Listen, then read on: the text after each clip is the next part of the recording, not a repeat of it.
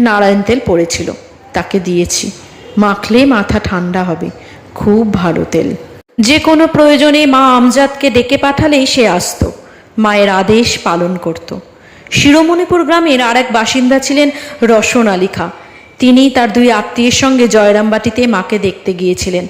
এই রসন আলী এক সাক্ষাৎকারে শ্রী মাকে তিনি যেমন দেখেছিলেন, মার সঙ্গে আশপাশের গ্রামের মানুষের জাতি ধর্ম নির্বিশেষে কেমন সম্পর্ক ছিল, মাকে তারা ঠিক কী দৃষ্টিতে দেখতেন, সেই সম্পর্কে স্মৃতিচারণ করেছিলেন।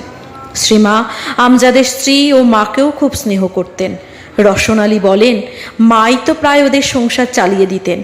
সংসারে অভাব অনটন পড়লে আমজাদের মা ও তার বউ জয়রামবাটিতে মায়ের বাড়িতে হাজির হতো। মা ওদের দুঃখ কষ্ট সহ্য করতে পারতেন না। শুধু খাদ্যদ্রব্য নয়, মাথার তেল কাপড় জিনিসপত্র অনেক কিছুই দিতেন।